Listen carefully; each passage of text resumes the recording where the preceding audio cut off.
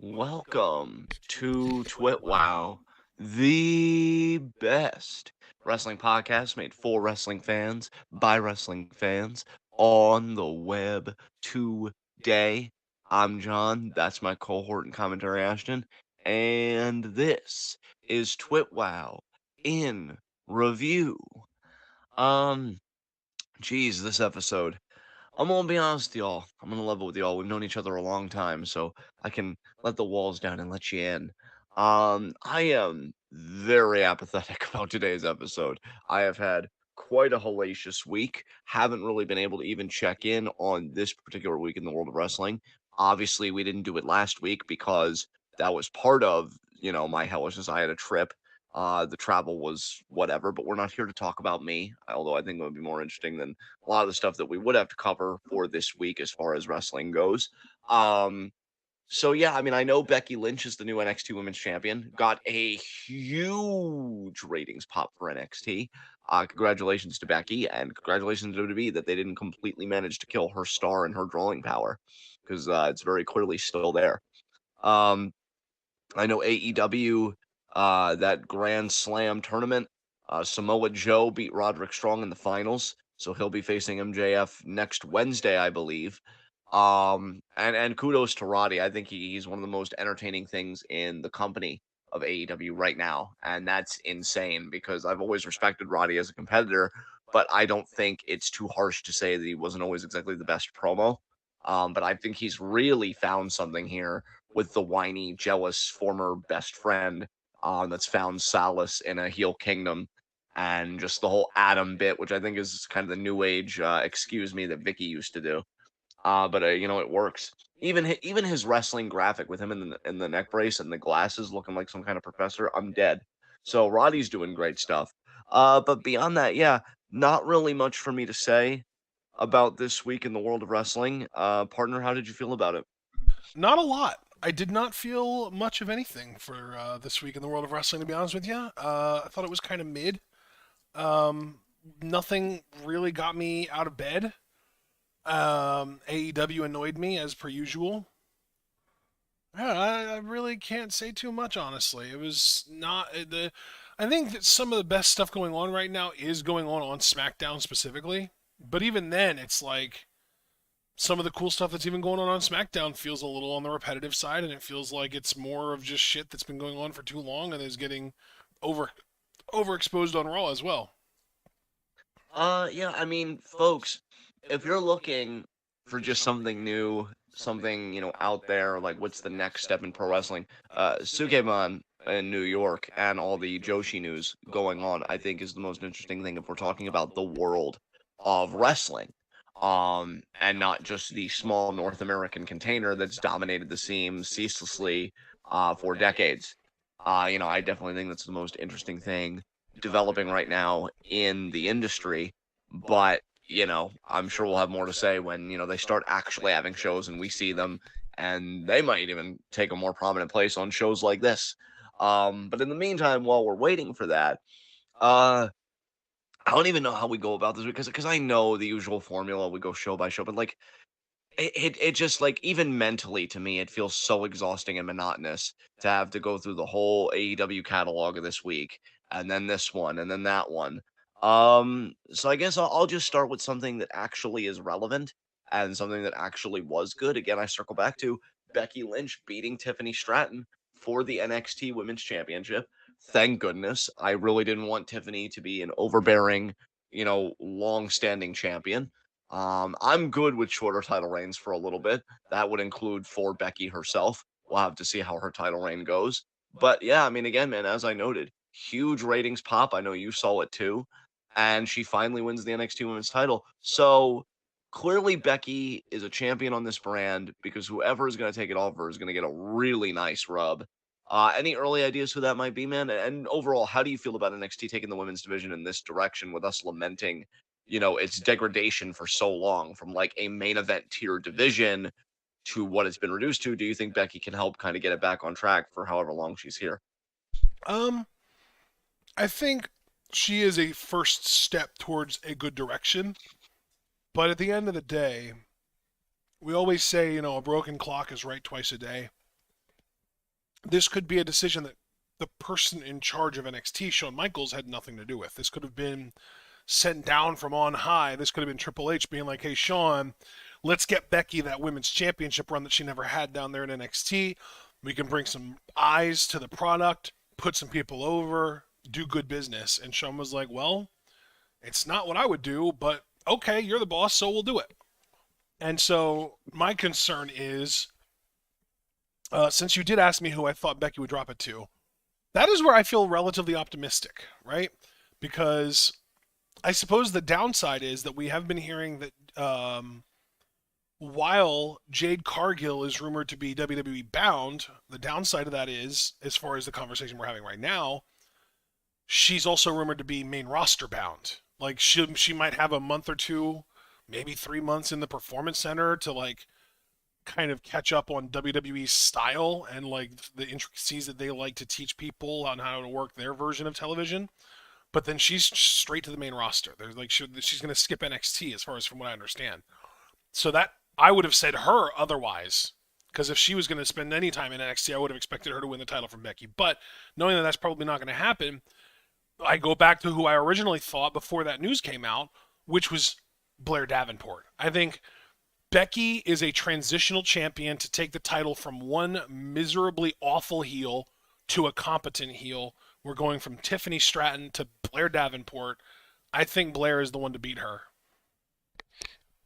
Interesting. And then I understand if you don't want to venture too far out into the water, but do you think then it would be from Blair back to Roxanne? Yes. Roxanne Perez? Yes, I do. I think that's a very, very strong possibility. Yep. Yeah. I don't really have much to say, man, to be quite honest. Like, because I'm pretty checked out with NXT, so I do like where your head's at. I do agree as well that the next champion would obviously be a heel, because to me there's no way you're gonna get people to boo Becky. And I know I said that the one time, and she actually did have a pretty decent heel run, but I think now that she's gotten that out of her system, I don't think people are really in the mood to turn on her again. I just think it's like, let us enjoy Becky, especially Becky in NXT. So yeah, like it's got to be a heel, and I think Blair Davenport could do some good stuff. Her and Becky, I could see something solid there. So we'll have to wait and see, because then from Roxanne, I could see another heel being Cora Jade. I mean, Cora Jade, I feel like, has to win that title eventually. I feel like, she's that had makes all the several sense in the world, cracks at it. actually, to go Blair, then Roxanne, then Cora. Maybe Gigi is the one to beat Cora down the line. I'm hoping she's called up before then, but you never know. Yeah, and then I always think about Lyra Valkyria too, because they gave her a huge fucking rub with the whole Rhea interactions. Lyra might even be the one in line to beat Cora rather than Gigi. Yeah, because I think Shawn, you were talking about Shawn Michaels, I think Shawn must really like Lyra, because, I mean, God, he even gave her like a one-on-one match with Rhea. You don't give somebody that kind of a rub to me unless you're really planning to go all the way with them at some point. I think. So, oh, yeah. So yeah, I really definitely agree with your lineage, and that was kind of my own 2 cents. Yeah.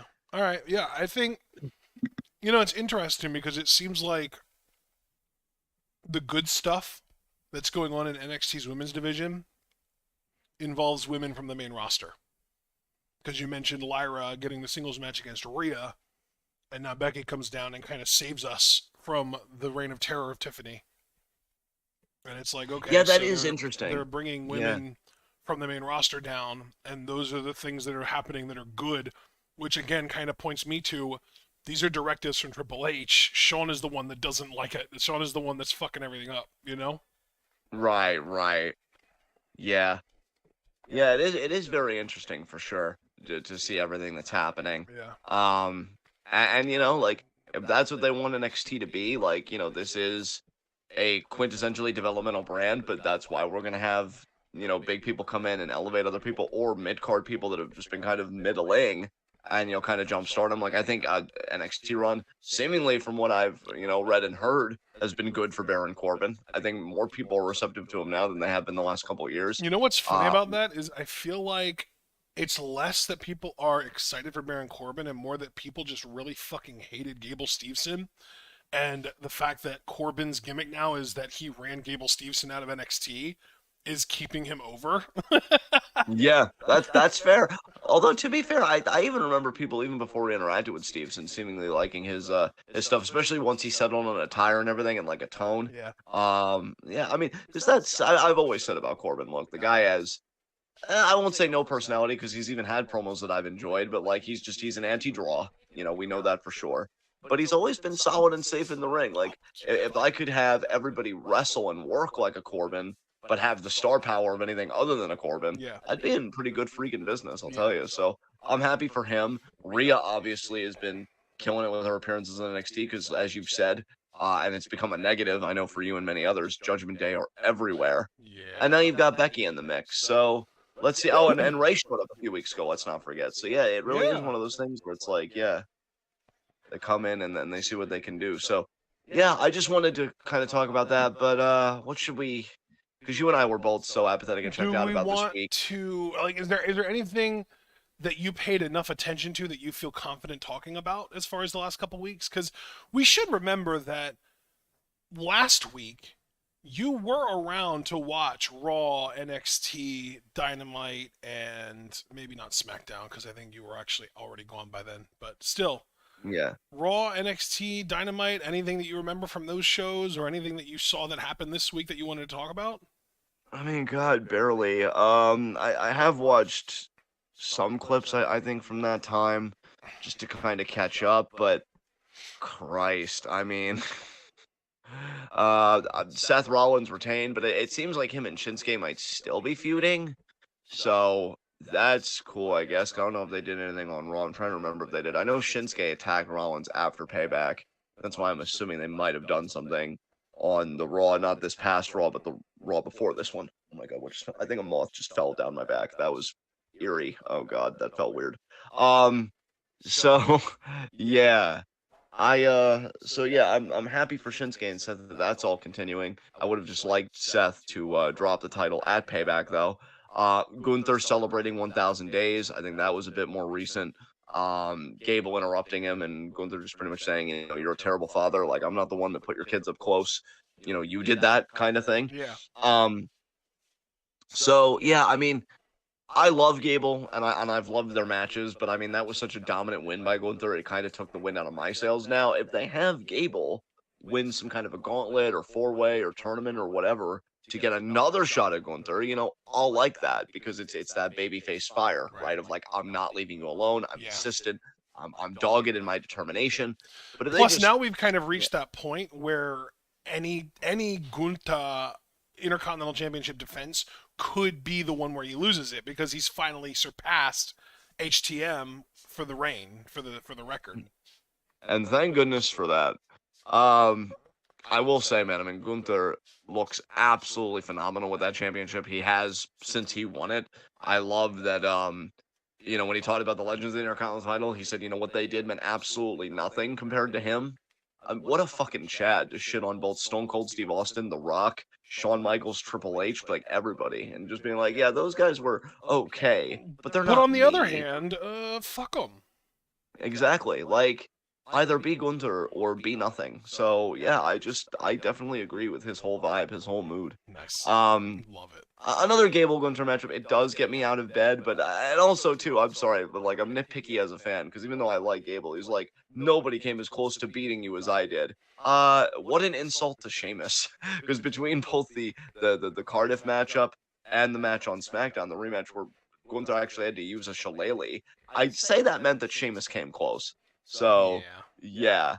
That I still feel bad for Sheamus, man. I really wanted him to be the one to get that Grand Slam because it really would have felt like an earned Grand Slam. But that was a thing. Nia Jax being back, I actually almost forgot until your mom reminded us in the chat, so that's great. She returned during a match between Rhea and Raquel, which tells me that Rhea and Raquel aren't done with each other yet. Yeah, unfortunately. So we're probably going to get I don't know, maybe a triple threat Rhea, Nia, Raquel at Fastlane? Yeah. God, that sounds awful. Fuck. God. Nothing quite like surrounding Rhea Ripley, one of the best talents you have in your women's locker room, with absolute shitters who couldn't work their way out of a paper bag.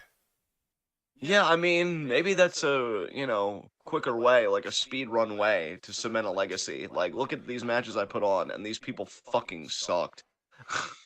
But, like, I don't know. I'd like her to paint a few masterpieces of people that can actually keep up with her and are really fucking good. Yeah. Um, I mean, so that's, she didn't she just recently have a really good match with someone? I forget. um, did she? No. Because she's just been doing the Raquel program, and Yeah, and I prior don't to really Raquel, know. it was Natalia, right? Yeah. And it was Natalia for fucking ever. That feud Oh, God. lasted way too long. It did. Like Natalia's career itself. Um, True facts. God, what is this about? Because we were talking about this a little bit. Drew turning heel. So what are they? Yeah, it seems like they're kind of teasing it. It seems like they're kind of leaning in that direction for sure.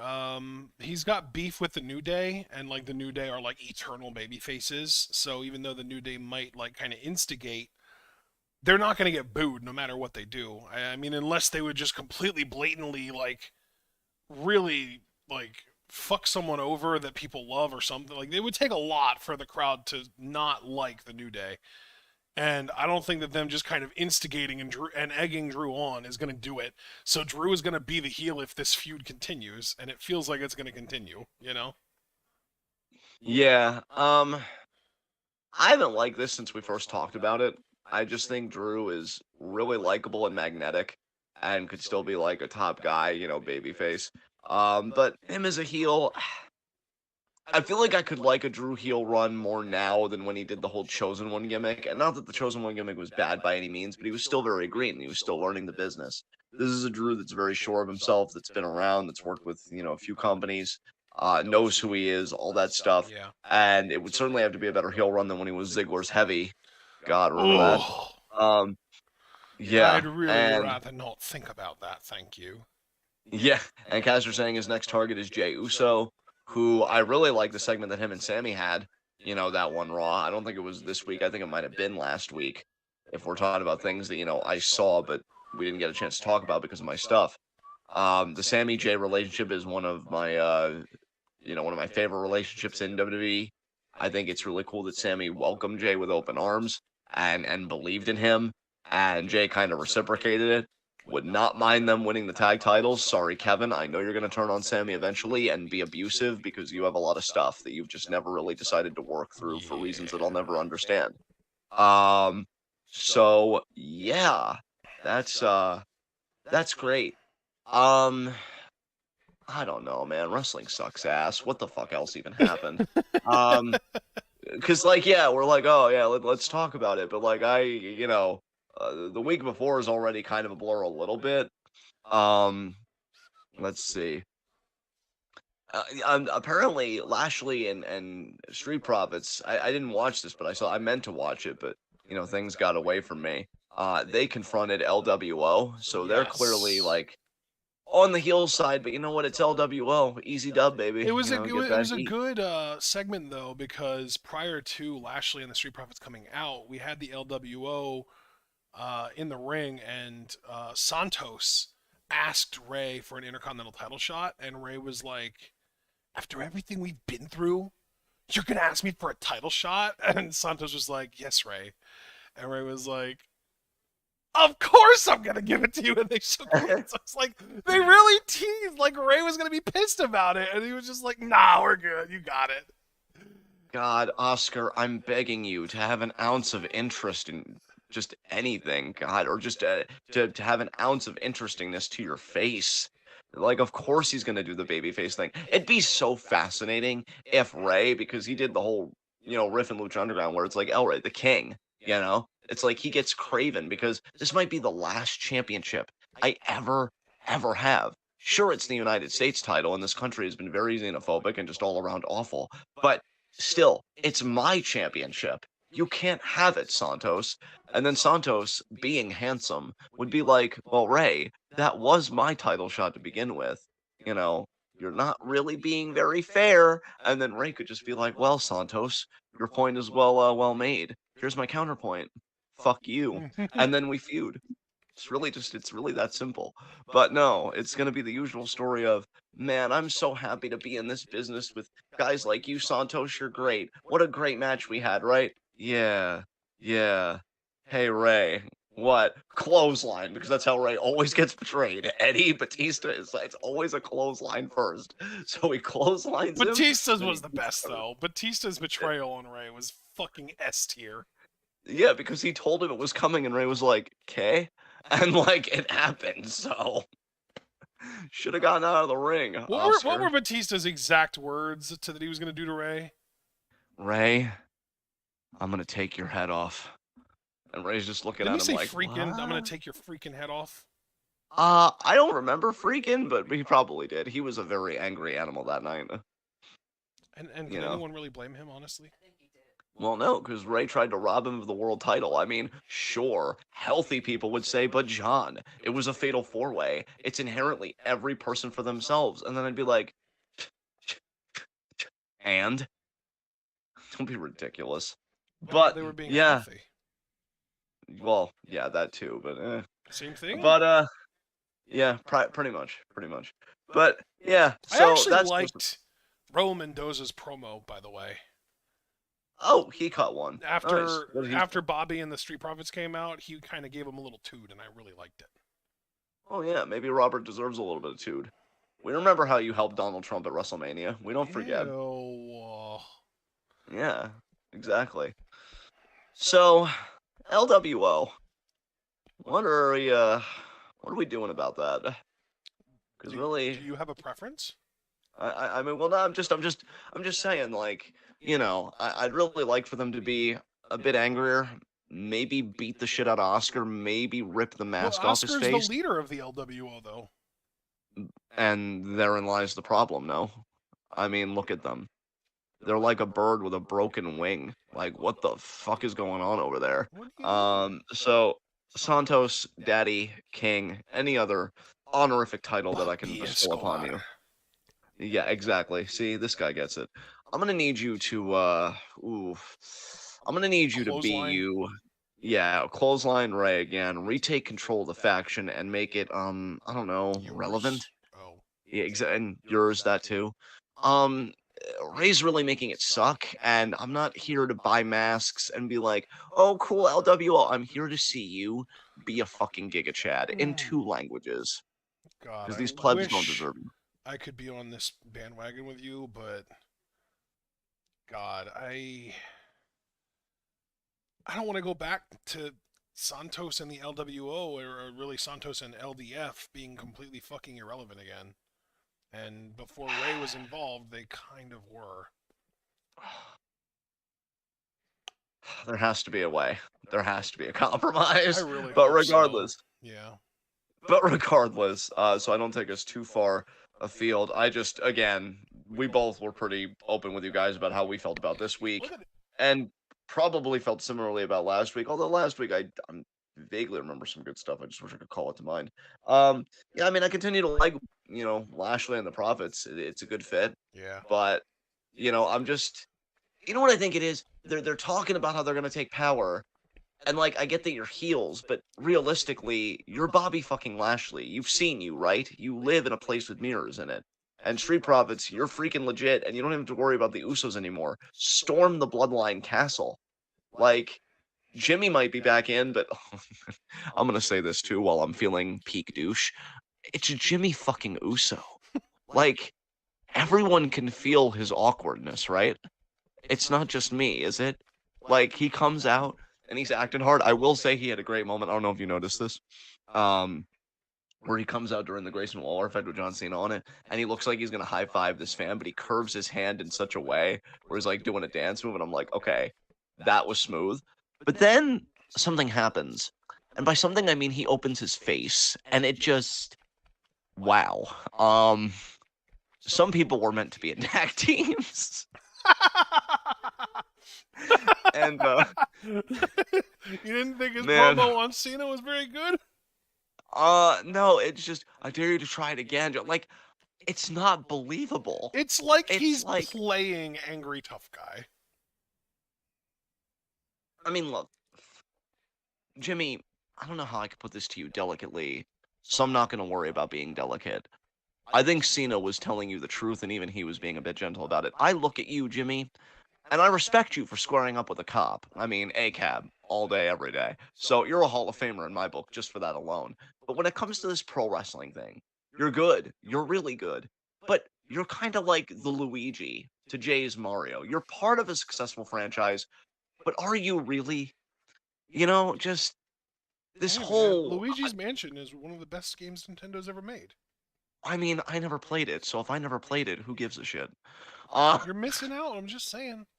but I feel like he so badly wants to say main event Jimmy Uso. And my whole body just wants to be like, dude, no. No. That'll never be yours. Like, no. I mean, Jimmy Uso walks out with the swagger of knowing that the family had a favorite relative, and he knows in his bones with the way that he moves that it's not him. And he tries to compensate for it. It's This might be a bad. stereotype because like he's had the DUIs and he's had the suspensions and all that shit, but it really does come off like he just doesn't take this seriously at all, and like he's just doing this for shits and gigs and for the paycheck. Because his Yeah, delivery does not come off as somebody seriously trying to make people believe him at all. It just sounds like he's saying his lines because he has to. bro, I'm not saying Jey Uso has never had a bad promo, but I feel like even a bad Jey Uso promo, you can tell the dude is trying out there. You can tell the dude wants this to work. He wants to be here. He genuinely, unironically likes the whole main event Jey Uso angle and just character direction. And Jimmy, like, God, Roman, my tribal chief, please, like, just bring him back into the bloodline so he's part of a group. Him as a sovereign identity just doesn't work. He needs to be a part of something else. And even he knows it. He didn't want to break up the Usos. It's like, oh, come on, Jay. You and me, Usos, 100 years, the Usos, locking people down. And Jay's just like, yeah, but I'm over now. People actually have been responding to me. I don't need you. And it's like, but I need you. But he can't say it, right? Because, he's Jimmy Uso. Um, and then yeah, even before that, Grayson Waller, not bad. John Cena, looking a bit old in the face, I'm not gonna lie, but also not bad.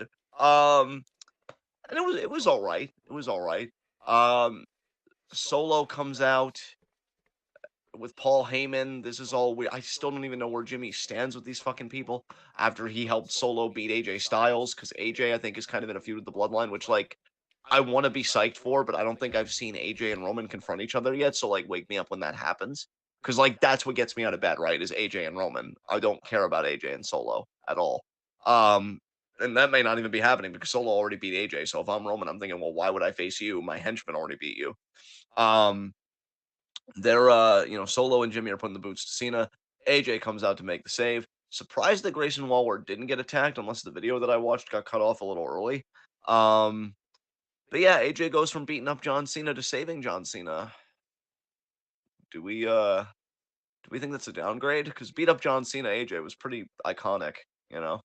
How do we feel about him saving John Cena Yeah, now? God, you're right that it was very iconic, but I feel like AJ Styles is the iconic thing. Like he just creates iconic things. Like that's just AJ Styles. That's just who he is.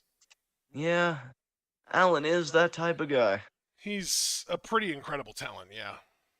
Yeah, Shotzi beat Bailey, so that was cool. I wish she did it not because of Charlotte though. Like that's something I can rant about a little bit. Why with the undercard women can we not just have anybody kind of stand on their own defeat, especially somebody the talent of Shotzi? Like really?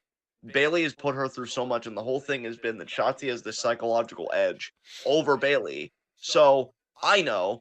Let's have Bailey and Io both be distracted by Charlotte coming down, which allows Shotzi to get the I don't even think it was a roll up. I think she did genuinely hit a finisher, but then just pin Bailey. God, I was so excited for Shotzi. And by the way, Shotzi's look was fucking awesome. That spiked hair she had going on in her match with I'm like, holy shit, that's a different look. Looking like That's fucking Pinhead. unique. Yeah, exactly. I was like, damn, that's so different. And yeah, it's freaking Charlotte.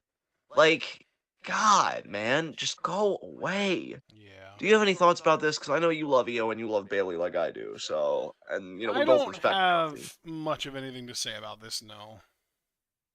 That's unfortunate. You know why it's unfortunate? Because they actually gave them a meaty program that didn't have to involve Charlotte or other people and didn't feel like a middling TV feud, but really, they cared about it enough to maybe put it on a pay-per-view or something. Maybe we would have more to say about it, but this is what we got. So, great stuff.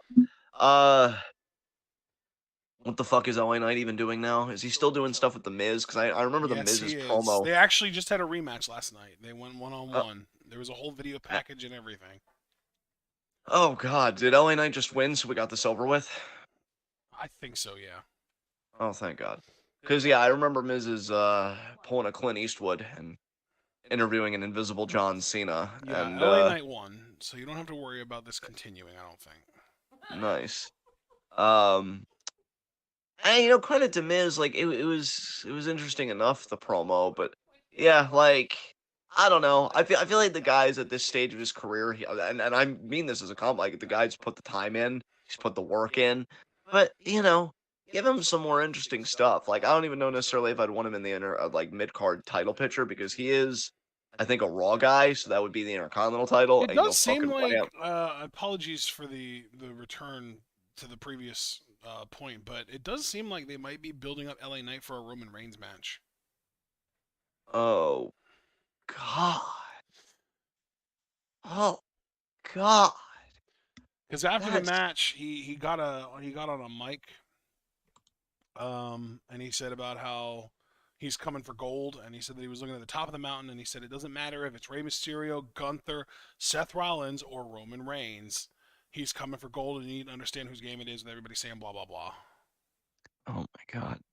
No, I mean, look, this is why Santos needs to beat Ray, because if nothing So that he else. can be the one to get pinned by LA Knight instead of Ray. Oh God. Why do you have to say things like that? It hurts me. But I say it no, from a place of pain in the first place, to be fair. I can hear it in your voice, actually. You sound like you just want to Hurt give up. people, John. That's what you always tell me. Hurt That is, people, you know hurt what? people. I am so proud of you for throwing it back in my face. I didn't mean to. I'm sorry. It But just happened that way. no, I never want you to get help. I never want you to get better than you are right now. I'm kind of This in the is process great. of getting help, to be fair.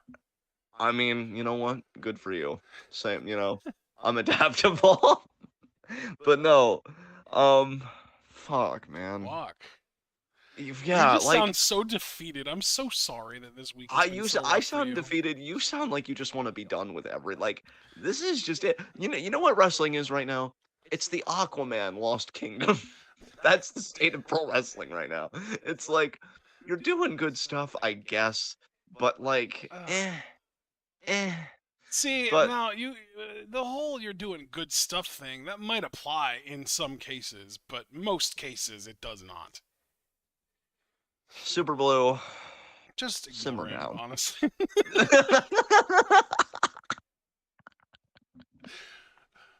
Stop feeding it. Oh God. Oh God, I need to breathe. Oh man. The way you just parented two people at once. Oh man, okay. Dude, I really don't want to be. But let's think about other things to talk. What state of pro wrestling are we in where Roddy Strong is one of the best things in it? Roddy's great, man. Let's not pretend like he's some awful shitter or anything like that. No. Because I feel like I have to defend myself every week with this, but no, he's amazing in the ring. I've just never known him to be a great promo or a great character, and now all of a sudden he's found this thing where it's you know, uh, Adam! did you did you see this week where he lost and he's recovering and the Kingdom are trying I hated to that console so him? much. Oh my god, I thought it was so dumb.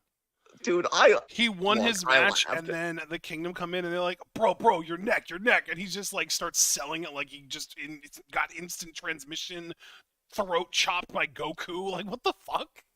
Oh, dude, no, I was thinking more when he lost to Joe and he recovered. This was more recently. Oh. And then, like, Cole comes out, and Roddy immediately drops to the canvas and favors the neck. Yeah, And he's that's like, what I'm "Ow!" talking about. I just didn't remember that it was after a loss. Oh, okay, because I do think you're right, though, that when he won the first tournament qualifier, I think against Trent, and that was maybe even the week prior, they did immediately put the For neck brace back fuck's on. sakes, bro. I hate AEW so fucking much. Jesus Christ. Oh, wait, is this just still in what we're talking about? It sounds like you just saw something or No, whatever. no, it's literally like you said Trent, and I'm like, wow, they really put that motherfucker in this fucking tournament? Like, really? Like, really? Like, the stacked ass roster that you have, and Trent is the one that deserves a spot out of 8 people in this fucking tournament. Like, fuck you, Tony. I really hate this company. Yeah, dude, I can't lie. We're always honest on here about what we enjoyed and what we didn't. I laughed at this. I think my favorite part when he was like, Adam, Adam, and Cole's like, Roddy, I'm right here, and his eyes are literally closed. He's like, I can't see you.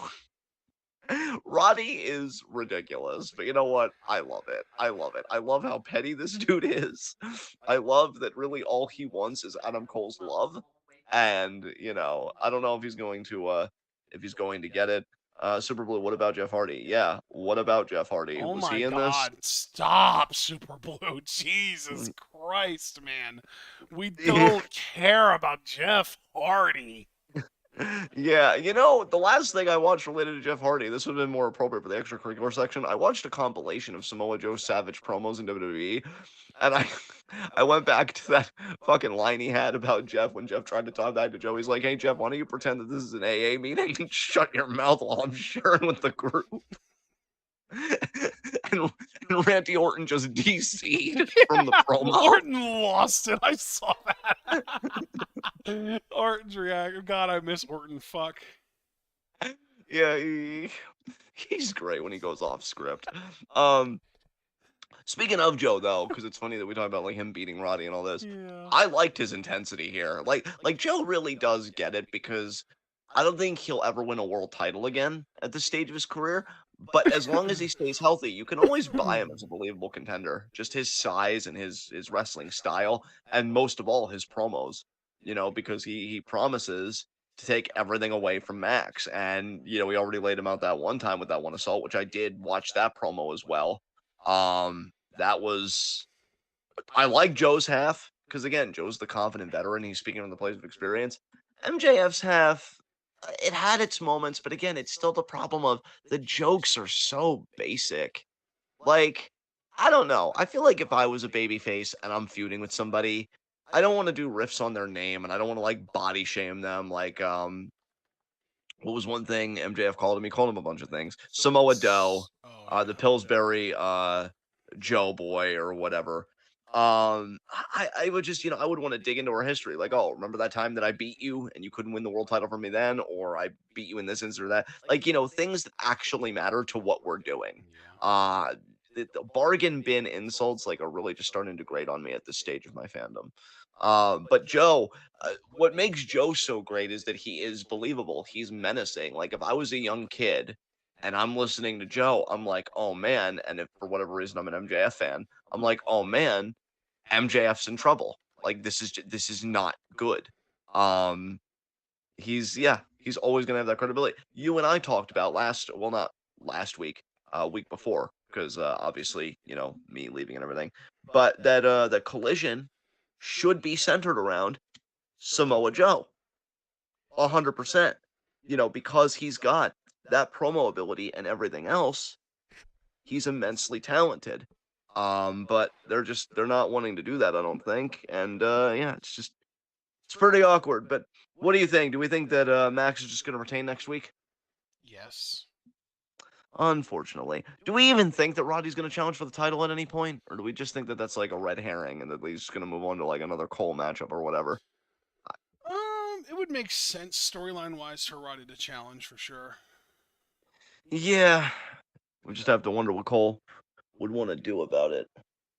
But yeah, I guess speaking of Max, I mean, we both saw the Steiner Math light promo that he did. You have anything you want to say about that?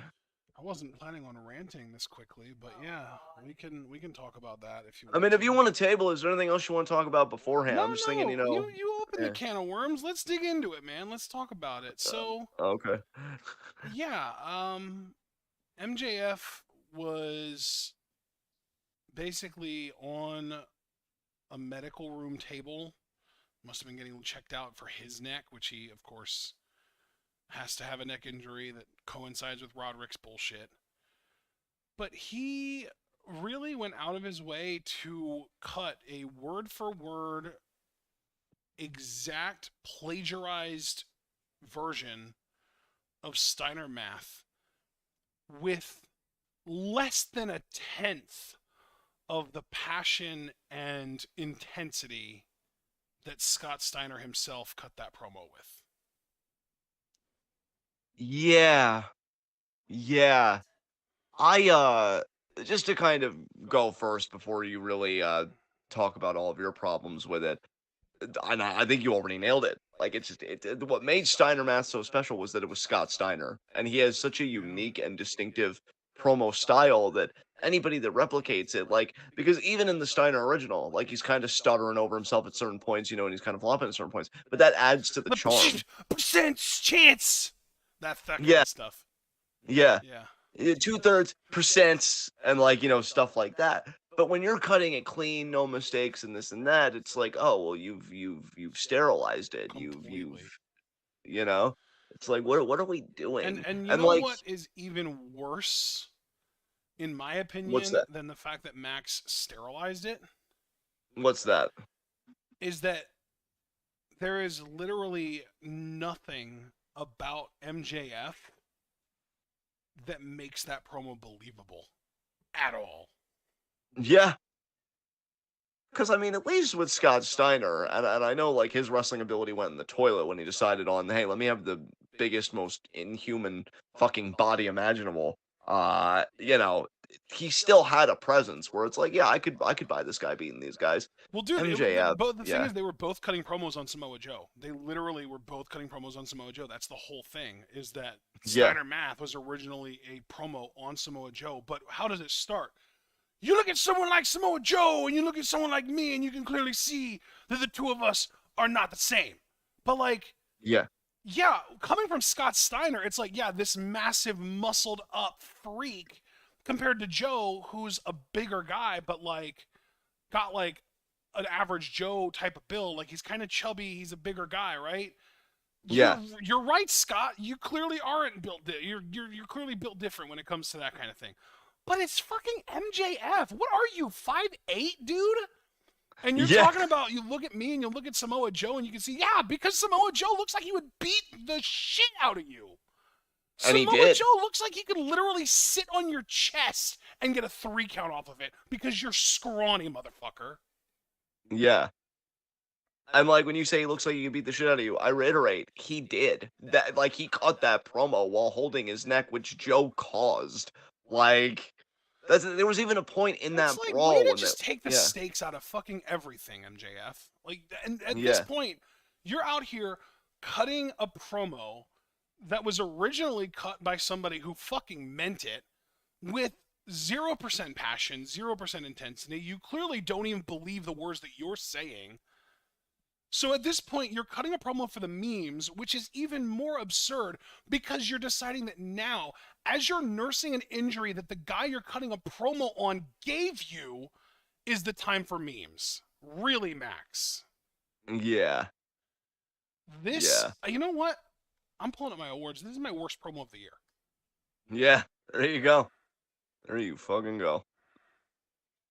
Yeah, that's a great point. I didn't even think about the fact that it kind of, takes the stakes and the air out of the championship match because if you're making jokes when you're holding your goddamn neck, like that's the time to bring the intensity. And it's just like, no, let's have a laugh instead. Yeah, complete wrong tone to use here. And This has yeah, just actually surpassed Tiffany Stratton's inauguration promo as my worst promo of the year. Because here's the thing. One of them was incompetence and annoyance. The other one is somebody who is supposed to be a fucking pro, trying to put his name in the hat for greatest in the world right now, greatest wrestler on the planet right now. And yet there is this distinct lack of understanding of how wrestling fucking works and what you're supposed to be doing when you cut a promo that ruins everything about this match. I wouldn't have cared about Joe MJF either way, but if there was any chance of me caring about it at all, it went out the window with this fucking promo. Yeah, absolutely. Which, like, poor Joe, because again, on his end, he's at least doing a Joe solid job. is carrying his weight, man. He's picking up the slack, but MJF is like sabotaging it intentionally, and that's why it's my worst promo. Because Tiffany's promo was bad and it was cringeworthy, and it made me want to crawl into a corner and die. But MJF's promo makes me never want to watch an AEW episode ever again, because if this is the kind of shit that gets okayed by Tony Khan and or whoever else has a hand in writing scripts and promos and the creative side of things, I have no interest in watching your product at all, because this is just a fundamental misunderstanding of how pro wrestling is supposed to work. Yeah. I mean, bro, like, it was bad. Like, I saw it and I'm like, really? We're still doing this? Like, fuck me. But you know, to give Joe credit again for his side of things, after, you know, Roddy leaves and Cole's kind of going back up the ramp, Joe intercepts him. He chokes Cole out. Yeah. And then he looks in the camera and he says, like I said, man, I've taken everything. Yeah. Everything, man. And like, yeah, that's fucking believable. That's a fucking obstacle. And then MJF's like wanting to have a laugh. So yeah, AEW, man. Did you actually he's see wanting to have a laugh while holding his neck that Joe injured? Exactly. Like, where's the fucking consistency here? Yeah. Yeah. I really don't know. I'm like closing in on your level of I hate this company. Dude, please, the water's fine. Water's fine. Did you actually see what apparently got left into Collision tonight, by the way? Well, we're just kind of just talking about AEW across the board. What do you mean when you say what got left into it? Well, because I feel like this shouldn't have been left in, and for whatever reason, people like have footage of it. Keith Lee was supposed to do like I guess a backstage promo with Renee Paquette, and you could see before the promo, somebody's like Collision take 22, or it was either cut or action, and then the clap. So like you actually saw that part of it. It's like take 22, and like yeah, that was kind of in my trends for a little bit. So I don't know what this company's doing production wise. We've already talked about how their photography looks amateur as shit. We've talked about that in the Discord. $3 a month for anybody that's interested in doing. And not to mention, I mean, even just again talking about the directing, like the direction of the actual television product. Yeah. There was another example this week where there was a match between Brian Cage and Hangman Page. And Hangman had just hit a 619 on Cage, and it was like really impressive, and he even looked into the camera afterward and said, I've never done that before. And then Swerve's music hits, and we see Swerve show up at the top of the ramp. And as you see Hangman distracted by Swerve's presence at the top of the ramp, you can kind of see in the bottom right-hand corner of the camera that Brian Cage is up and he is like stalking Hangman like he wants to hit him with a big move. But as the move is about to connect, they cut to just show Swerve's face. They just cut to Swerve. And then when we get back to the ring, Hangman has been hit by whatever Cage did to him. I'm assuming it was a super kick, but we never saw it. And Cage is doing an apron German suplex to Hangman from the outside of the ring in. And it's like, okay, well, that happened. I don't know what that was, but I'm sure it happened because they just completely cut away from it as it was happening. Right. I hate that shit, dude. Yeah. Because it's like, I'm here to see the action. Why the fuck are you cutting away from the action? Yeah. Oh my god. I'm so tired, It's an dude. amateur-ass company, man. I'm telling you, it's a joke. I'm so tired. Like, you've got all this fucking money, all this. What the fuck is Keith Lee still even fucking doing there? Because, like, if he's on Collision, I guess that's like a step up. Because before you were having him tag with fucking Dustin Rhodes. I don't know, man. There's so much wrong there. So much wrong there. The Acclaimed, didn't they have their first trios title defense? But maybe that's too far back. I don't No, know. yo, you're right. They did, but it was against a fucking joke of a team, if I remember correctly. And I'm already missing House of Black. Oh, God, dude. Let me see if I can find it.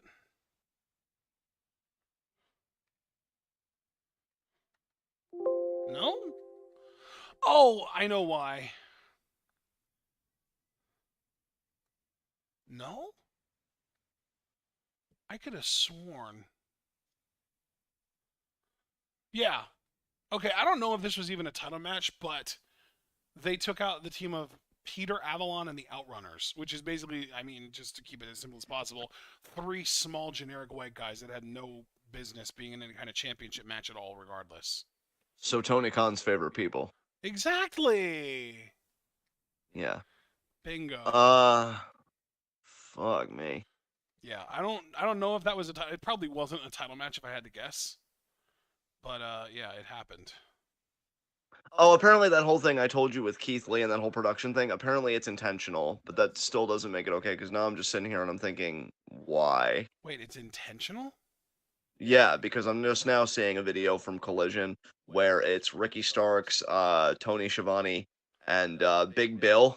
That's right, I'm glad I remembered his name. Good job. By the way, I know that he challenged Moxley for the international title, but I didn't see the clip.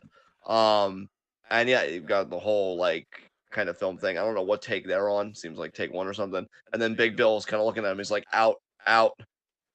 So I don't know why they're doing that now. It's weird. So that's like an intentional, like that's a design choice. They're doing that on purpose. Which I don't know why. Like, Who does that make look good? yeah, what purpose does it serve? Like, help me understand. Fuck me. Oh my god. Yeah, I don't get it, man. I don't get it. No, I So don't yeah, either, man. that's apparently a thing. That's really weird. Jesus Um, Christ. okay, yeah.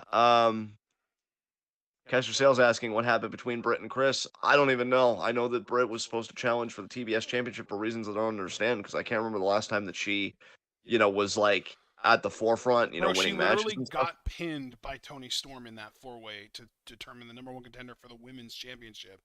And now she's challenging for the TBS title for, M- I guess, shits and gigs. I don't fucking know. Makes perfect sense to me, bud. Perfect sense. Sounds about like AEW. Yeah. Um, Fuck. Is there anything else to even really talk about with AEW? And by which I mean, should we keep talking about AEW, or God, should we I just move don't on to really something know else? if there's anything else that I even want to say at this point. I kind of just want to move on. I'm right there with you. Fuck this company forever. Christian, thank you for everything you do. You are Weep. perpetually entertaining. We love you. Leave. Blink twice if you're not okay. Okay. Um. So, God, what else is there to talk about? I guess SmackDown. We already talked about Jimmy. We talked about Cena. Dude, actually, there is something I want to say, because obviously the big story going into this latest episode would be The Rock returning on SmackDown. Apparently, across social media platforms and stuff, it's been viewed over like, what is it, 96 million times? Jesus. Um, yeah, like he's still super fun. In fact, let me go on our good friend Sean's Facebook. Sean's a great guy. Love you, Sean. Hope you're doing okay and avoiding shitty Hell fucking wrestling. yeah. Okay, so I was wrong. It was 93,600,000. That's where I got the 6 from. So it was 93,600,000. But like, yeah, Rock is still super over. You know who isn't super over? Austin fucking Theory. Because I've been seeing people fucking dunk on this dude for hours, being like, you put him in the ring with Austin, Cena, and Rock, and people still don't give a shit. Give up. Like, wow. Yeah. Wow. Um, so even though I brought up The Rock, I have to ask, is it just over for Austin Theory? Because, like, Dude, it's so hard to say. Should it be over for Austin Theory in WWE right now? Abso-fucking-lutely. It should have been over months ago. But they keep trying with him. yeah, and I don't understand why. Yeah. I'm gonna sound like a real dick for this, but sometimes it's okay to give up on others. Mainly if it's debilitating to you and depreciating things that you're doing. I don't see how Austin Theory is moving the product forward, really in any way. So what are we doing? What are we I doing? think they're just trying to get him to put in the hours so that something clicks at some point and something happens where he finds something that is good.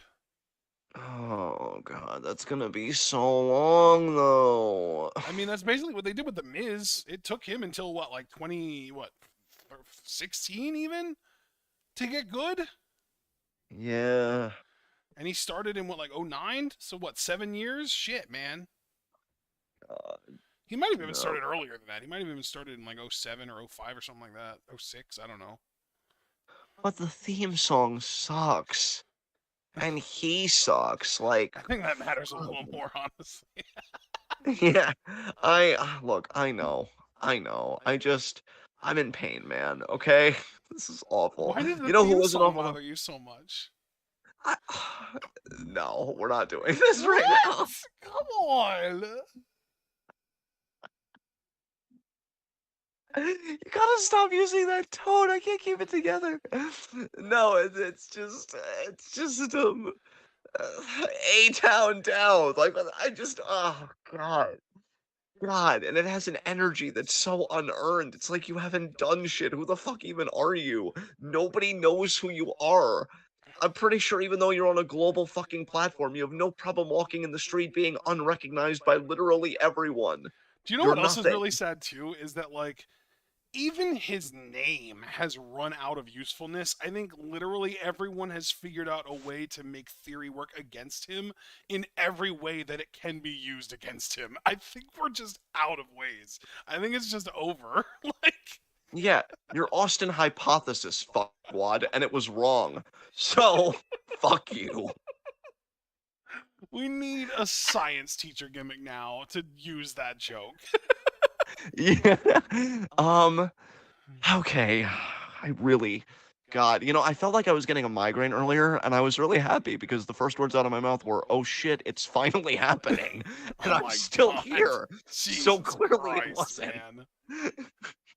man. Clearly it wasn't. You know who isn't a fucking shit stain though? Pat McAfee. He's I pretty incredible. I was happy for him that he got to do a people's elbow. I would have been happier though if he would have taken that wrinkled fucking melon that The Rock calls a head, because god damn is that shit fucking bulbous, and it's really like Bulbous. he's Really? aged. Like god, yeah, it's got stuff, all right.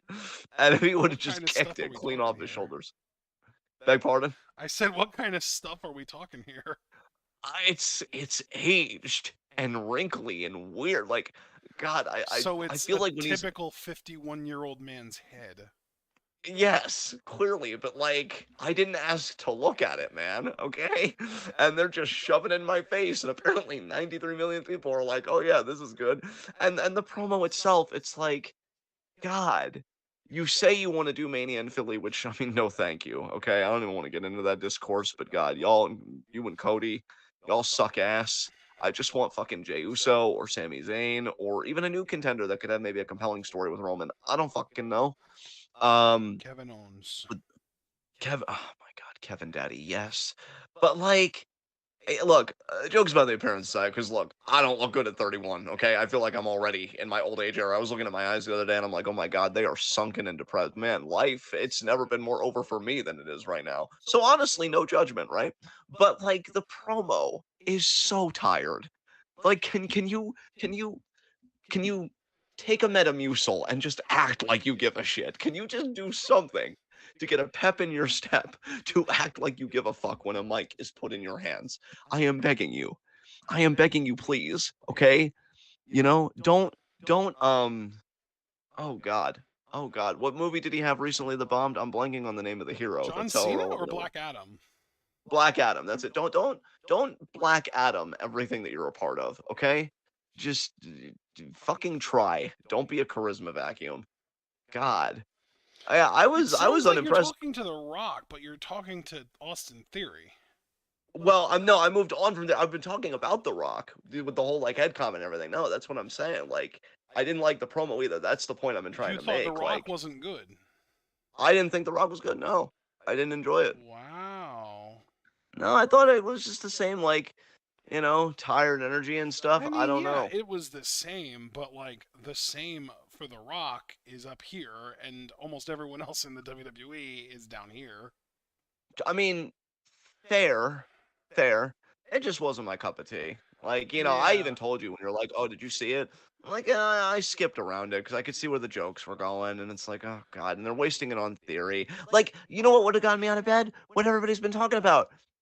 Like, just I get that Roman wasn't there, but even to talk to Jimmy, even down dressing Jimmy would have meant something because even if Rock wasn't going to show up for like 6 months after that, right? Roman is still embarrassed because what's Roman's whole thing? When you guys are there, you're representing me. Don't make me look bad. So if Rock would have come out and undressed Jimmy, but no, Jimmy's too busy doing stuff with Cena and doing stuff is maybe being a bit too generous to Jimmy Uso right now.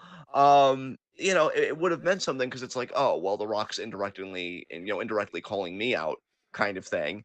And then you get a little something on board, which I think more people have honestly turned on because they're like, the ship has sailed. We don't want that anymore.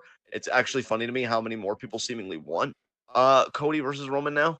But yeah, I feel like it was a waste. I didn't really care for the promo, and I think ultimately what it was I'm like, Rock comes back for the first time in God knows how long, because it was a meme at a certain point, if you remember, when there would be shows that everybody was like, okay, The Rock's showing up on this, and then he wouldn't show up. Well, then he finally shows up on a SmackDown, I think unannounced. So that was a Yeah, cool I treat for didn't those hear people. anything about it. Dude, I got home and I was like, I turned my TV on and pulled up SmackDown, and it was Theory and McAfee in the ring. I was like, oh my god, McAfee's on. This is amazing. And then McAfee introduced The Rock, and I was like completely taken aback. I was like, what the fuck is going on right now? Yeah. It was wild. Yeah, no, for sure. But I'm like, Austin Theory isn't worth this. And I think even The Rock, to his credit, in his defense, deep down knows it. Like, you really couldn't do something with Jimmy. You couldn't even do anything. Maybe Rock's walking backstage after having handled Austin Theory. And maybe he's eye to eye with Paul Heyman. Because maybe Rock agrees with Jay that Paul Heyman has been really messing up the Rock's family. And Rock, more than anyone, should take that fucking shit personally. Yeah. It was a waste, man. Like what? Like why fucking show up if we're not going to do anything? Because I don't know. I don't know. Because it doesn't even acknowledge everybody's frustration of like, not only have we been waiting for you, we've been waiting for you in a very specific context. So WWE only got it half right. Um, so yeah. And apparently, according to Javaris, Rock was a guest on Pat's show on ESPN earlier in the day. So that's cool, I guess. So not a bad segment, and I'm happy for the fans that got to see it. I don't mean to be a complete curmudgeon. I just think ultimately what my frustration boils down to is Rock serves no narrative purpose. It was to give Austin Theory a rub, and I guess McAfee a little bit too. If I don't know what his relationship is with the company, if he's going to go back to commentary soon or whatever. I wish he would. I miss McAfee with a headset. Yeah.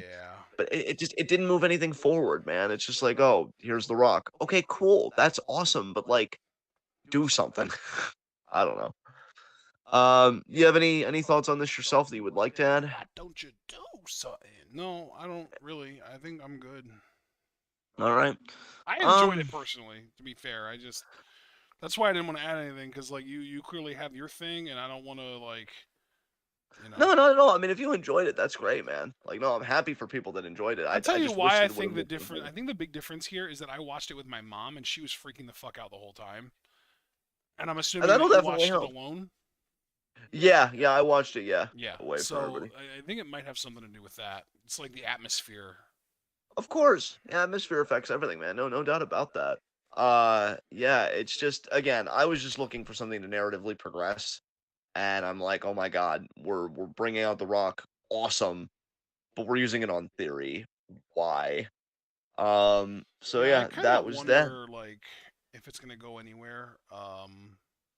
Like past theory, like if there's gonna be any other involvement going on, kind of thing. Yeah, dude, I hope so. Because look, I mean, I don't want Rock Roman at WrestleMania 40 because to me it's just a foregone conclusion the Roman retains. He better fucking retain. But yeah, like it's been teased. Either shit or get off the pot is just where I am with it right now. Yeah. It's like either you're gonna do something with Roman or you're never gonna do something with Roman. And I don't really give a shit which because I don't think Roman needs you. Like I've been enjoying Roman's reign without the thought of, well, one day The Rock's gonna come in and stop you. Just you see. Yeah, yeah. No thanks. But yeah, well, I guess we'll just have to see what happens because either this was a one-off and great for that crowd and great for the people that enjoyed it, present company included, Yeah, according or to he is Super going to Blue, come back. Pat and The Rock were in Boulder, Colorado for game day, which was like an hour away from where Smackdown was held, which is why they were able to show up like they were. All right, cool. Yeah, I'm glad it worked out. It was great to see Pat McAfee too. I will say that much. God, he was missed. I miss him So, so fucking much, dude. Holy shit. dude, his energy just elevates the product to a whole other level. That you and I are in very strong agreement about for sure. Like, I can't believe we really went and had like a full year plus of Pat McAfee behind the commentary booth, and we just took it for granted. yeah, I don't know why I really expected it to last. I thought WWE was happy. I thought everybody was happy. But they keep changing. That's another thing too, like kind of a nitpick. I feel like they keep changing the announce desk. Like you need a stable announce team. Maybe they're finally like working one out, but like God, like I'd like to really settle in with a commentary team and build that relationship with them relaying the information to me and like all that stuff. Yeah. But we'll see if it happens or not. I'm trying to think if there's anything else worthy to talk about. Man. Still enjoying EO as champion. Apparently EO and Oscar are on a collision course. That match is going to be happening soon. Didn't they recently actually start to have a match? Oh yeah, that was before. That was during the last time that we did this. They started to have a match that got interrupted. Or no, wait, am I wrong about that? I feel like they had a match already that like got interrupted somehow. Let me see if I can find something about that.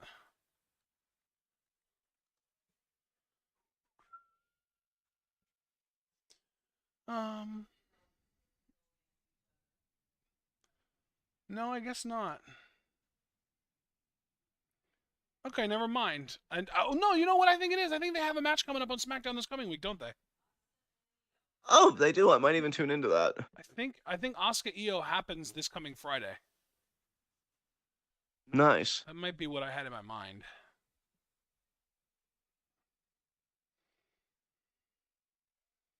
All right. Well, I'm hoping that EO just retains, but I'm also hoping it main events and it gets a lot of time and keeps Charlotte and everybody the fuck out. I'd like just a straight up matchup if that's okay with everybody else. And if you're going to have involvement, let it be, you know, to further the potential story between Bayley and EO. So, yeah.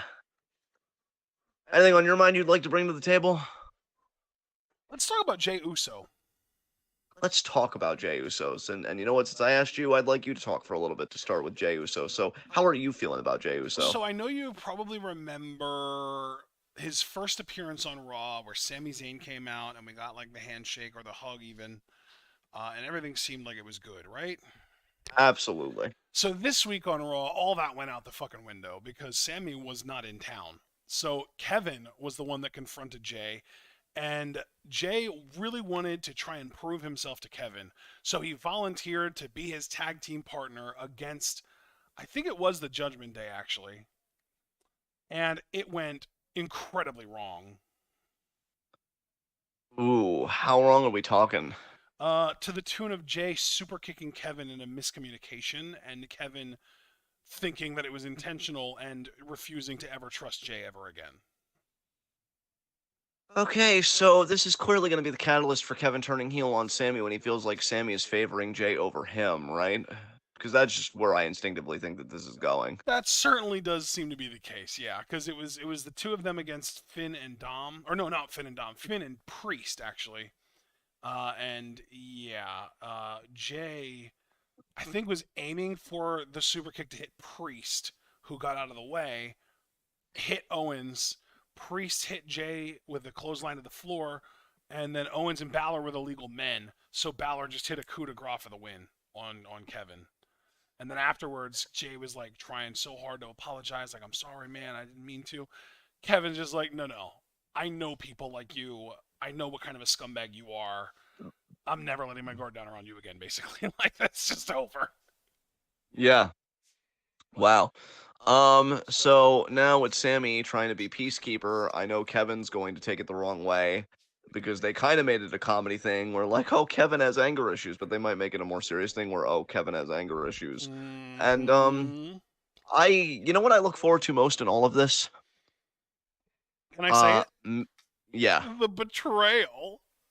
No, actually. I Oh. mean, kind of. I'll give you partial credit because you're essentially right. I was just gonna take us on more of a scenic road. No, I'm looking forward to me. Mainly my rationalizations where I can enjoy this watching Sami Zayn Oh. being betrayed. Oh yeah. So, I wanted to fill in more gaps because this entire week the Judgment Day have been trying to recruit both Usos. both Usos. Both Oh, wow. Usos, yes, dude. On Monday, there were multiple segments of Judgment Day members trying to recruit Jay. And then on SmackDown, they were trying to recruit Jimmy, and they were like, Jay seems like he's willing to join, so we can get you guys both back together as a team in the Judgment Day. Why? Why? Fuck, does my pain ever end? No. So funny. No. Finn's Why? delivery, though. Finn is a cheeky motherfucker. I love Finn. He's funny as shit. Dude, we all love Finn. Finn is a king. God damn. Yeah, he is. Ugh, just and then you had Dominic trying to recruit Jay, which like if I'm Jay, what is this prepubescent fuckface doing trying to recruit me into his little fucking bag Why gym? is he existing in my bubble? Like what is Judgment Day even doing? Why are they speed running? Like, hey guys, we're in a groove. Let's ruin it. I mean, you already were really trying to with JD McDonough, which I'm Oh yeah, I'm JD sorry. McDonough actually beat Sami Zayn on Raw like 2 Raws ago, like the one that you were actually around for. Yeah. Yeah, JD McDonough actually beat Sami Zayn on that episode of Raw. Yeah, I remember that actually. I remember that. And then he ate a haluva kick after Dom like abandoned him because he thought they were all square. But look, Jesus Christ. First of all, what kind of a name is that? Wrestler name is that? Because like I know there are unique names, Is it and if that was really his any real name, better or worse than Jordan Devlin? point taken. But I just God, I hate him. I hate him. I want to like Judgment Day, and here's the funny thing. I think this is the first time in history where I like the individual parts more or less. But I'm really getting sick of the collective now. Like I'm starting to get where you were with them with the overexposure. Yeah. But I think it's even less overexposure and more just like really this is what we're doing because here's the thing, you could say that the bloodline was overexposed at a certain point because I felt like they were everywhere too, at least as far as Raw and SmackDown go. Maybe their saving grace was they never showed up on NXT, Yeah. maybe. But even so, like with Raw and SmackDown, if you were only like a main roster watcher, which I'm sure there are a good many people that fit that description, maybe they felt like, oh man, why is Bloodline on my TV? But to me, things were always happening. And they always had that sense of, oh man, they do run shit. Judgment Day look like those schoolyard bullies that think that because they claim the playground, that is the whole school. You got a segment of it. Simmer down. Christ. And then they're like, what? JD McDonough is the secret ingredient? You couldn't even finish that with a straight face, and I love I that. couldn't because nobody could. Nobody in their right mind when they're putting a faction together says, okay, we've gotten all this gold across things. We still need a world title, but we have the Money in the Bank briefcase. We need some mid-card titles. Who's our ringer for the rest of the plan? And then somebody who clearly needs this promotion, right, and knows that everything is staked on it, stands up full of conviction and says, JD McDonough. And if anybody would do that, fuck you. Fuck you. I'm just getting out of that right now. Like, no, you're wrong. How does it feel to be this incredibly wrong and this incredibly confident about how wrong you are? I'm embarrassed for you. How do And you your go home and face. look? Yeah, like in the words of Summer to Jerry about Beth, look at her, you're going to lose her. And I'm saying that about you to your job, your wife, everything you hold dear for advocating for JD McDonough. Do better.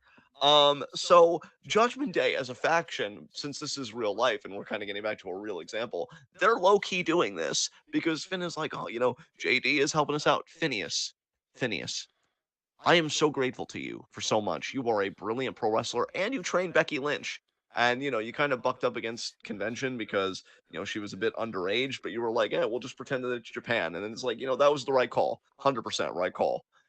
But, dude, what are you doing? What are you doing, Finn? Come on, man. Get your head out of your ass. Or if you need me to say it in a way that you understand, get your head out of your arse. So there you go. I did a little bit of an accent for you. Yeah, let's maybe save that. What? Save what? Save the pride. Like Oh. that was a very low bar. I could hear it chewing the dirt. Wow, you continue to mudge those curds. Yeah. But yeah, Rhea's kind of circling the toilet. Dom still North American champion. I expected a more interesting title reign, but it just feels like it's been okay.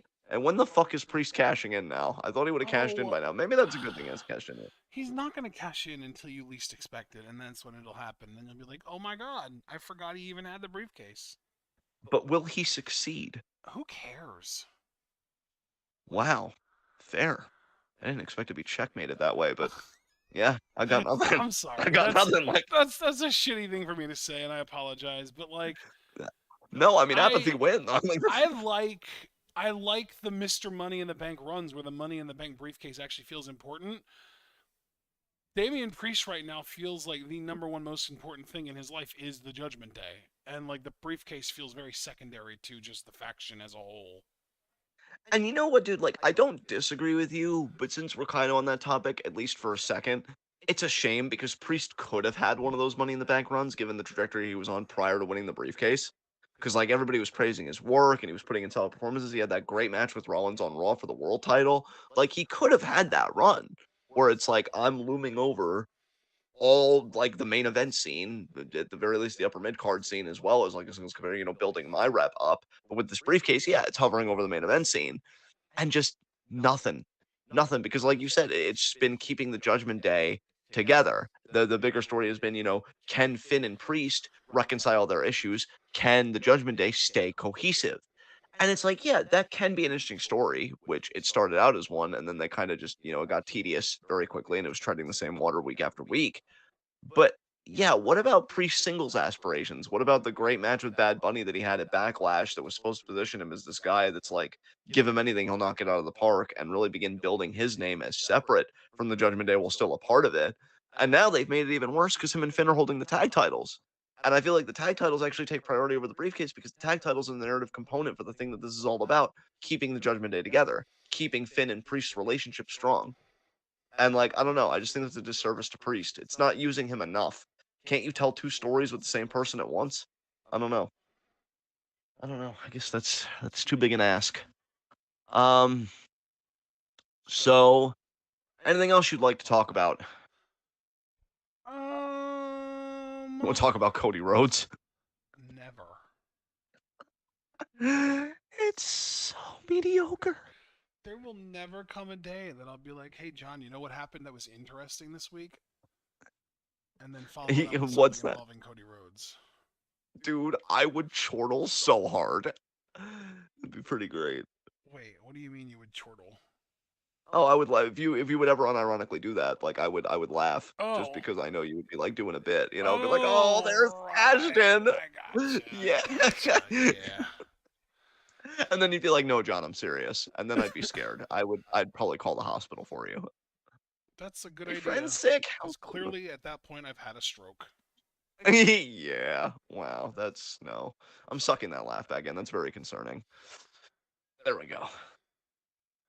Nice, all right. Nice suck, bud. Jesus. Okay. What are we still doing here? It's almost 12 a.m. Do we want to move on? Yeah, let's move on. We do questions now, right? No, we do extracurricular, right? Yeah, the only extracurricular first, then questions. Yeah. Yeah, the only extracurricular that I really watched again was that compilation of Samoa Joe promos. Nice. How'd that go? It was the Wendy one part. Oh yeah. Oh, it was in there. Daddy's already gone night. Kids will be Joseph. Me Daddy. Joseph, You're perfect. I love you. Yeah. Would anybody really complain if he beat MJF for the title, even at this stage of his I career? guarantee you I don't. people would, but nobody in our circle, hopefully.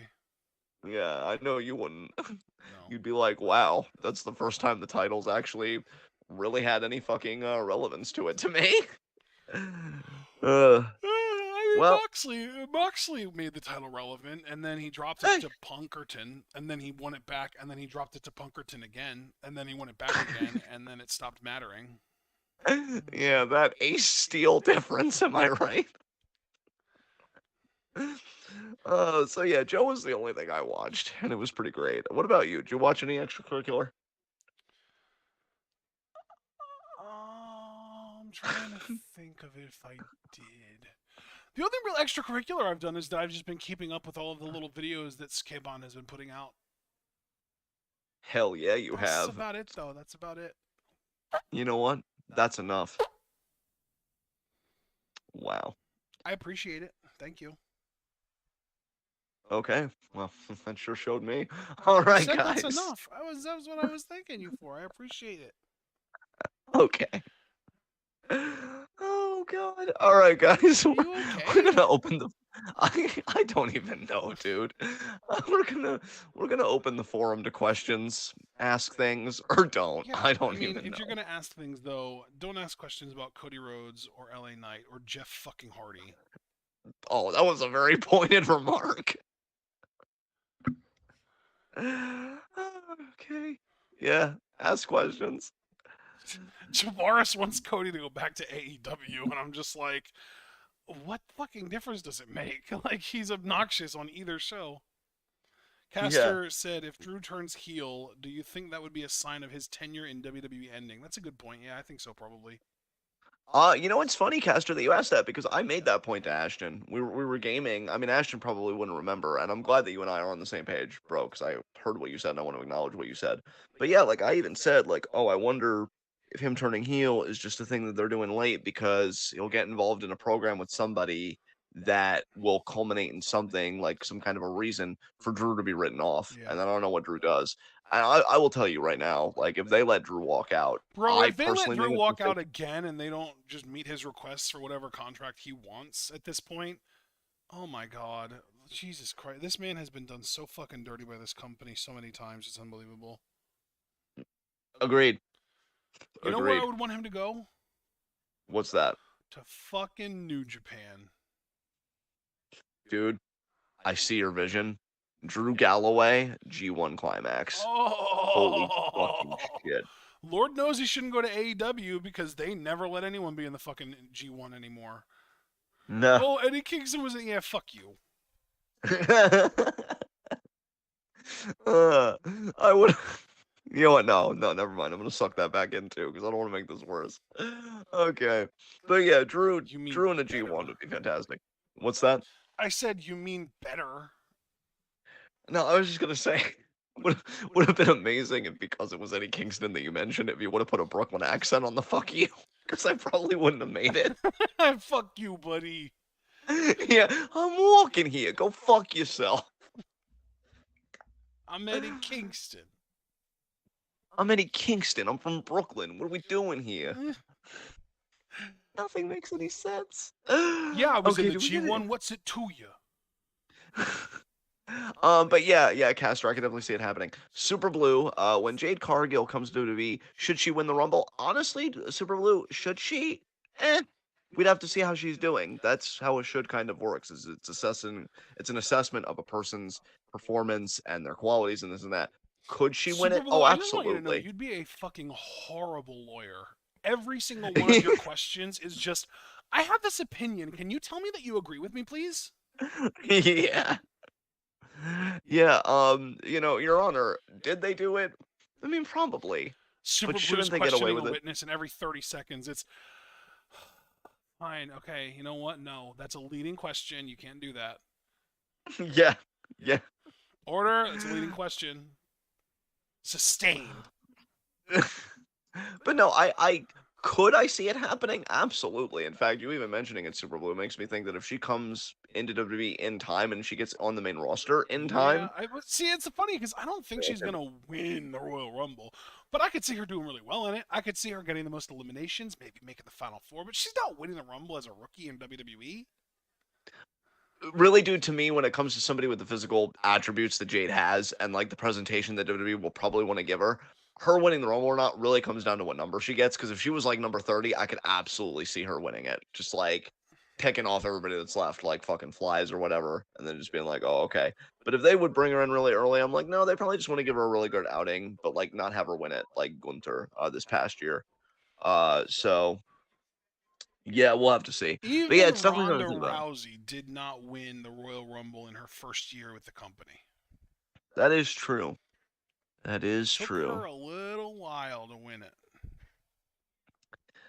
Super Bowl follows up with, if not her, then who? It's too early to speculate. I'm not going to expend energy on that. Wow. You know, I could tell the laugh is for a place that you've just given up. You were in so much pain. It did. It came from a place of pain. Do you need help? I do so much. We'll get you some. Oh, that's nice. I appreciate it. Oh God. Oh yeah, I forgot. Your mom's a Cody fan. We have to have that talk with her eventually. Because she's like, I have to say, Super Blue, I did love seeing Cody kicking butt in that 2-on-1. Oh my God. Cody's found his demographic. Any more questions? We are at the end of our rope, bro. I can feel it. Because I don't want to project things onto you, but I heard that sound you made a few seconds ago, and you really sound like you want to make a run at ripping off your own face.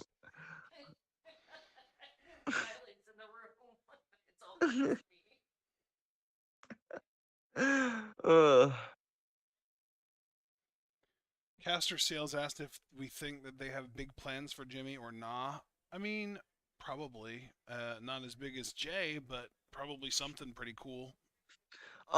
Here's the thing, Caster. It's funny that I saw in our wrestling news channel in our Discord that the rumor is supposed to be Cena versus Solo at Rumble, which I just want to say, I hope that's true because whether WWE would have this be intentional or not, I mean, Royal Rumble is where John Cena had that iconic last man standing match with Umaga.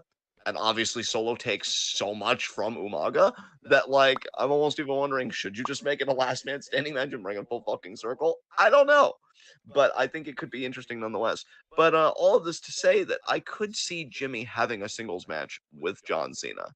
I mean, the call outs and everything else, it's got to lead to something at some point. So, yeah, we'll see what happens. Let's see. Speaking of Umaga, Umaga's one son was released from his contract with Reality of Wrestling, which is Booker T's promotion, like a week ago. And I'm wondering if that might lead to him showing up in WWE as a new member of the Bloodline. Oh, Roman's rubbing his hands together and being like, the rebuilding begins. You think you could just leave me, Jay, and I'm not going to have a response? We got Jimmy back because he'll do anything to stay relevant. And now we got Umaga's son. Oh, yeah. Dude, that family tree, man. The branches. Like, it's going to be Mania 45, and we're like, oh my God, this is it. Roman's finally dropping the title, and another family member comes out of the woodwork. Lance Anoa'i. Exactly. Oh, what? You thought I was done? Heyman really wasn't kidding when he said that we're at like the bottom of the third inning of the one press conference. He said, "Yeah, absolutely, absolutely." Next, Caster said Roman's got an infinite army. Yeah. Super Blue did ask, "How do you feel about Nia's new finisher?" Didn't see it. Don't care. I think it's just an ass splash from like the middle rope. Very unimpressive and underwhelming, just like her. So I guess it's perfect. Dominique says, "Are there any members outside of the Stardom roster that you recommend for Cold Venus?" Trinity, just Trinity. I want Trinity Zoe canonically. Lucas is another good one. That's a great choice. I love that. God, your brain's beautiful. But yeah, canonically, I need I need Trinity in this, and I need it to happen. And honestly, the fact that the universe isn't conspiring to make it happen pisses me off. And he did say outside of the Stardom roster, so that excludes Hanan. Otherwise, I'd say her. Oh, dude. Absolutely. I mean, even Dom gave an enthusiastic yes when he saw them together, Mariah and Hanan. That And was... Yuna Mizumori was another one I would mention, too. Yeah, And yeah. Saori Ano. Soriano Actually, would you be know what? great. Since I will give a legitimate answer now for someone else outside of the Stardom roster, because I already gave Zoe Lucas. You already gave Trinity. Those are both great answers. I would love to see Yuki Kamifuku come to Stardom and be a new member of Club Venus, because she and Mina were like best fucking friends in TJPW. They were really close, and I think Kamiyu's upside is through the roof. You know I agree. Yeah. Yeah. All right. Let's see. Let's see. Super Blue said, with Jay on Raw, is there any hope for him to face Roman at WrestleMania 40?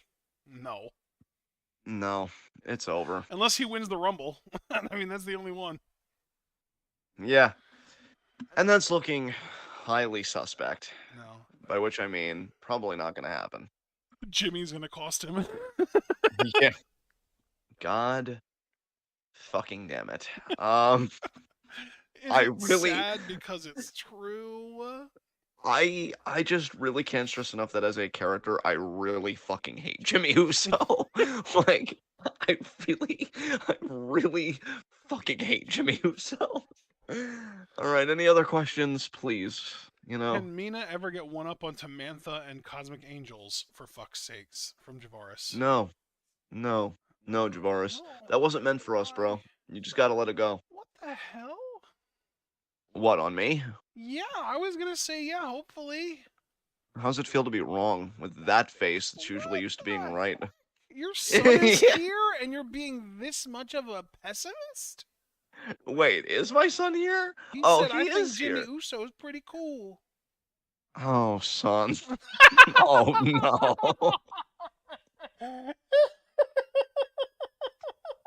It's starting. God, when I was warned by the other parents about growing pains, I didn't think they'd mean me.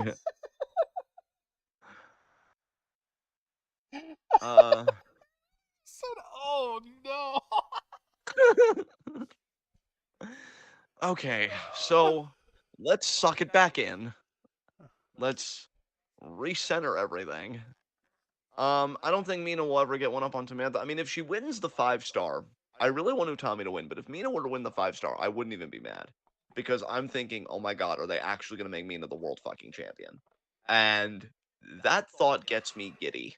That's right, I used a non-sexual term, because we're not about to pervert this. This is beautiful. This is a woman that's worked hard and is passionate at her fucking craft. You're damn right we're going to treat it with some respect.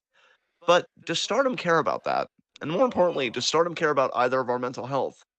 I'm gonna give a big fat no to that one, actually. So, yeah. As far as my son goes, I think Jimmy Uso is pretty cool. I only have one thing to say to that, Abel.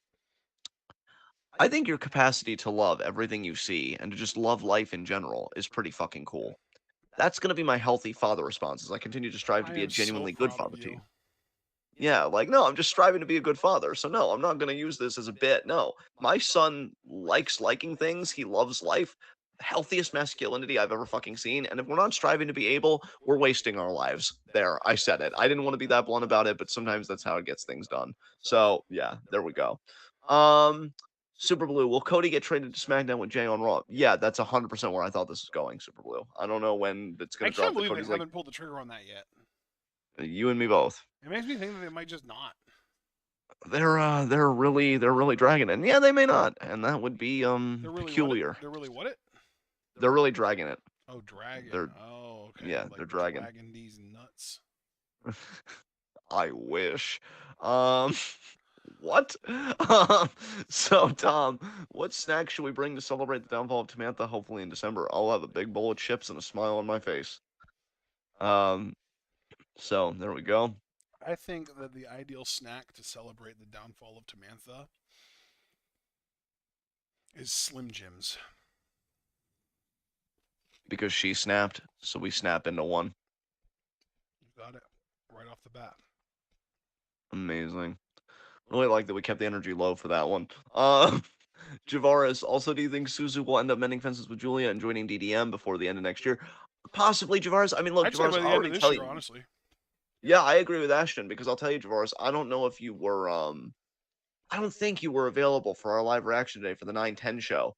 And I'm guessing again you already watched it because we've just kind of gotten used to the idea of you just like watching stuff and then, maybe join us later for that kind of stuff. But yeah, I'm expecting Suzu and Julia to be a team in the tag league because I'm also expecting Mesera and Megasis to be a team in the tag league. Let Tag me ask league's you a actually question, though, looking. John. Yes, sir. Who teams with Tekla in that case? Ooh. Ooh, very good question. I don't know. I'm not going to pretend to know. Well, maybe Tekla just won't even be in the tag league. It could be a non-problem. You know what I mean? I think Micah and Suzu are going to be a team in the tag league, and we're going to get Mafia Bella again.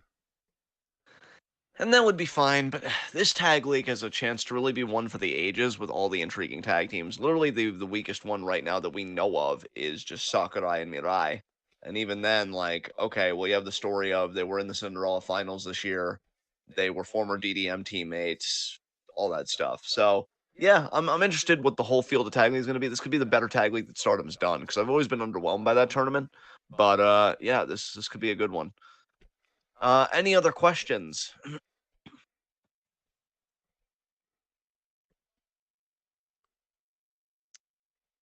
Going once. Going twice. And gonna close the gate. All right. And yeah, But the good news and is your Abel. son is here in time for his favorite segment. Yeah, and his question was the perfect segue. Who is your high spot and low shot? So let's think about this. My low shot. No, Super Blue, I closed the gate. um, let's see. Low shot. Who's gonna be my low shot?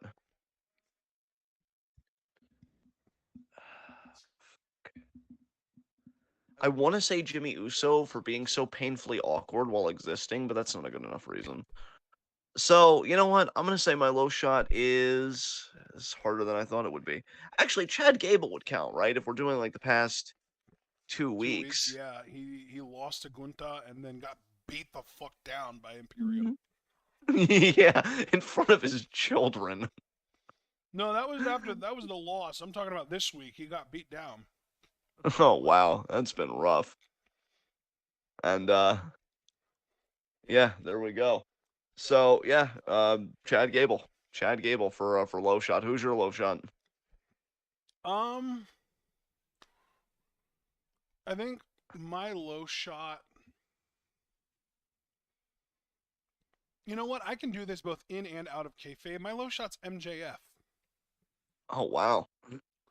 He cut the worst promo of the year, and in kayfabe, he got injured by Joe, by his next opponent, and isn't taking him seriously. Yeah, I mean, facts all the way down, so no arguments here. High spot for me. You know what? I'll just continue taking it off the same vine. Gunther. I mean, who's gonna tell me no? Society? Have you seen that behemoth? Okay. Yeah, longest reigning Intercontinental Champion. He deserves it. Finally knocking off that Elvis impersonator. I honestly can't fucking believe it took this long.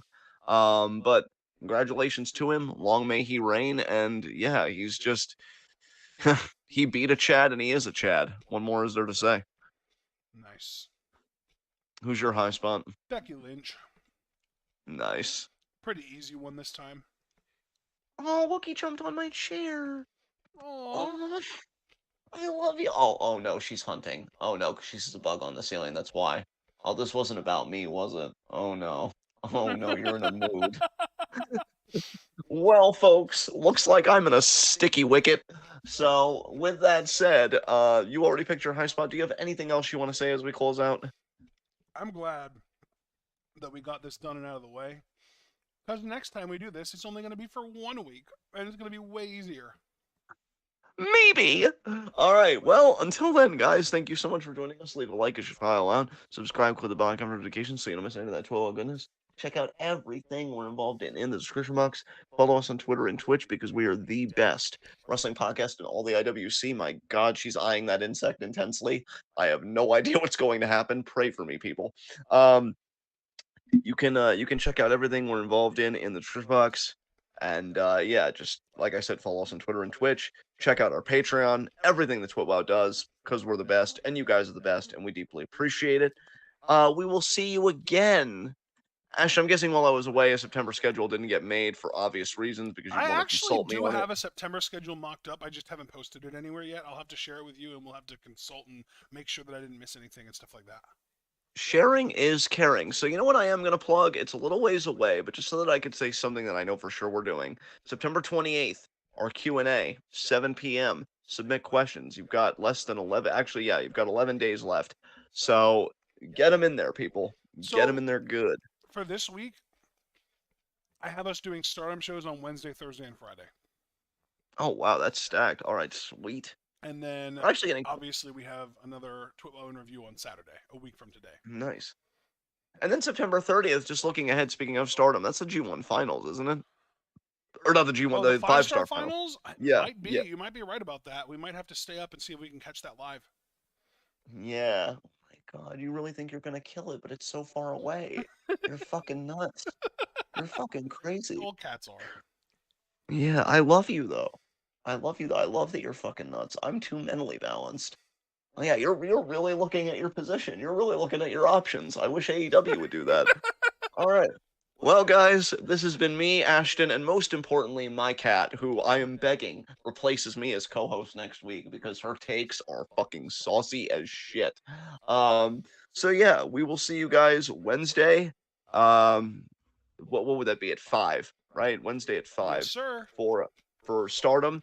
So yeah, until then, be good to yourselves and each other. Pet and love your animals, damn it, whether they're cats, dogs, or my personal favorite, tapeworms. And tune in and peace out.